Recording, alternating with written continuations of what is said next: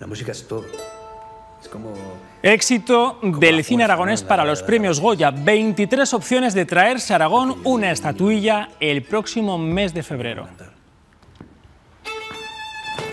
Pero entre las nominaciones aragonesas, una de las sorpresas ha sido el actor ostense Vito Sanz, nominado a los Goya como mejor actor protagonista por la película Volveréis de Jonas Trueba.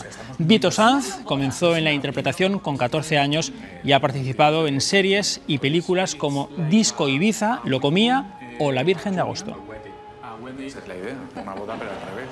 Será la noche del cine español con más nombres aragoneses. Uno de ellos, el de Javier Macipe. La Estrella Azul suma nominaciones a los Goya. Él opta a Mejor Dirección Nobel y Mejor Guión Original. Un poco flotando, con el corazón a tope, emocionados, una alegría, 8 nominaciones y yo creo que hay alguna que va a estar alguna va a estar bastante asegurada.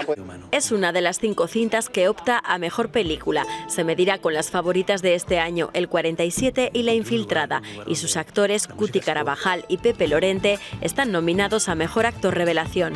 Hemos trabajado mucho, pero tantos otros lo han hecho también y bueno, sentir que estoy aquí con mis compañeros de tan largo recorrido y tan profundo, de tantos departamentos, son 8 nominaciones, muy feliz, ¿no? Muy contento por todo. Paula Ortiz aspira al Cabezón a Mejor Dirección por La Virgen Roja, que en total acumula 9 nominaciones. Los destellos de Pilar Palomero cuenta 4, entre ellas las de sus 2 protagonistas, Antonio de la Torre y Patricia López Arnaiz.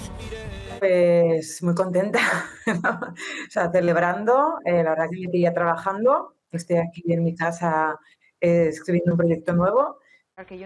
A Mejor Documental opta la zaragozana Blanca Torres con Marisol, Llámame Pepa, que ya cuenta con el premio Forqué.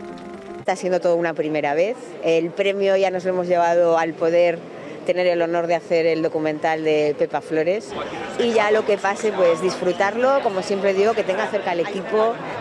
Además, el actor ostense Vito Sanz está nominado al Mejor Actor por la película Volveréis. No es una broma, es en serio.